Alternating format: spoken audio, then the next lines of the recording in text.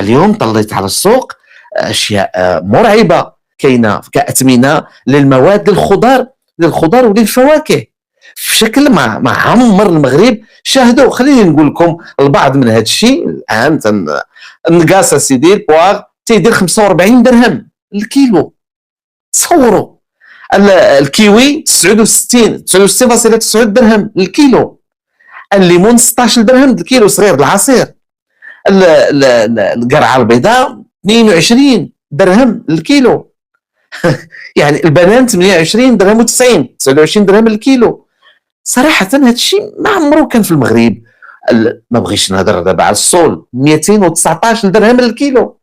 تصور دابا واحد عنده جوج ولاد ولا ثلاثه شحال يخدموا من هذا الصول باش يحطوهم يتغداو به؟ 219 درهم الكيلو. المرلة صغيره 129 درهم الكيلو. مطيشه 10 دراهم. الدنجال 28 درهم. بطاطا 10 دراهم. لافوكا 69 درهم. تفاح 35 درهم. تفاح اخر صفر 39 درهم. وانت غادي. يعني هذا الشيء عمره ما كان في المغرب.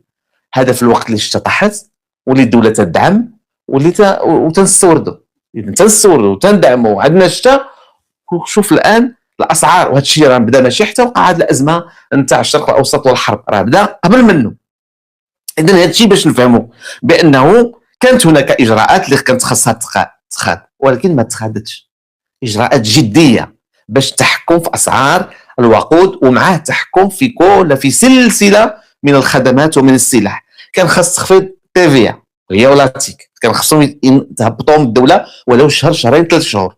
كان خاص ضبط هوامش الربح.